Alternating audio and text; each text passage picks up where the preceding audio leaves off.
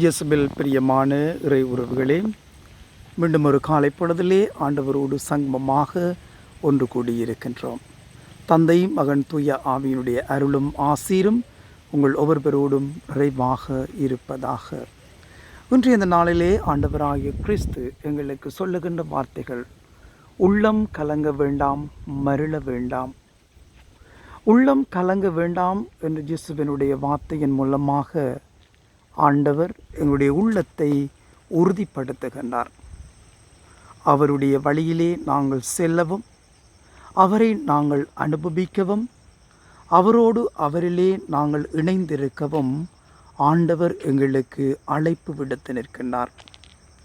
உள்ளம் கலங்க வேண்டாம் என்ற அந்த வார்த்தையின் மூலமாக ஆண்டவராகிய கிறிஸ்து எங்கள் மீது அக்கறை கொண்டவராக, எங்கள் மீது கரிசனை கொண்டவராக, எங்களை உற்று நோக்குபவராக எங்களோடு வாழ்ந்து கொண்டிருக்கின்றார் என்பதை நினைவுறுத்தி நிற்கின்றது.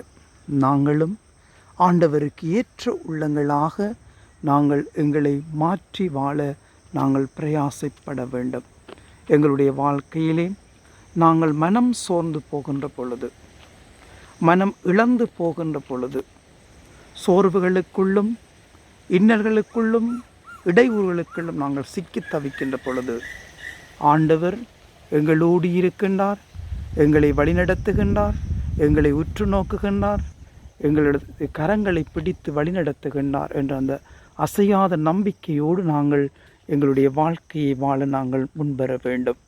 ஆண்டவருடைய வழியிலே செல்லவும், ஆண்டவரை நாங்கள் உற்று நோக்கவும், ஆண்டவர் எங்கள் ஒவ்வொருவரையும் அன்பு செய்து அவருடைய பாதையிலே வழிநடத்தி செல்லுகின்றார் என்ற அந்த உண்மையான நம்பிக்கை நிறைந்த வாழ்க்கையோடு எங்களுடைய வாழ்க்கையை நாங்கள் வாழ முன்வர வேண்டும். ஆண்டவர் தாமே எங்களோடு கூட இருக்கின்றார், எங்களை வழிநடத்தி செல்லுகின்றார், எங்களை ஆண்டு வழிநடத்துகின்றார் என்ற அசையாத நம்பிக்கையோடு நாங்கள் வாழ வேண்டும், வளர வேண்டும், அவரோடு ஒன்றாக வேண்டும். ஆண்டவருடைய பாதத்திலே நாங்கள் ஒவ்வொருவரும் சரணடைவோம்.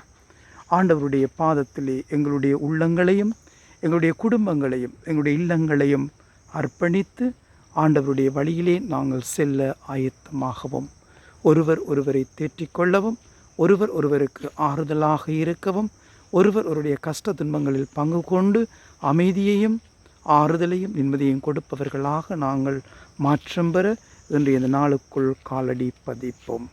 அன்னை மேரி மூலமாக ஆண்டவருடைய வழியிலே சென்று ஆண்டவரோடு நாங்கள் வாழ அன்னை மேரியின் வழியிலே செல்லுவோம். எல்லாம் வல்ல இறைவன் தந்தை, மகன், தூய ஆவி உங்கள் அனைவரையும் நிறைவாக ஆசீர்வதிப்பாராக.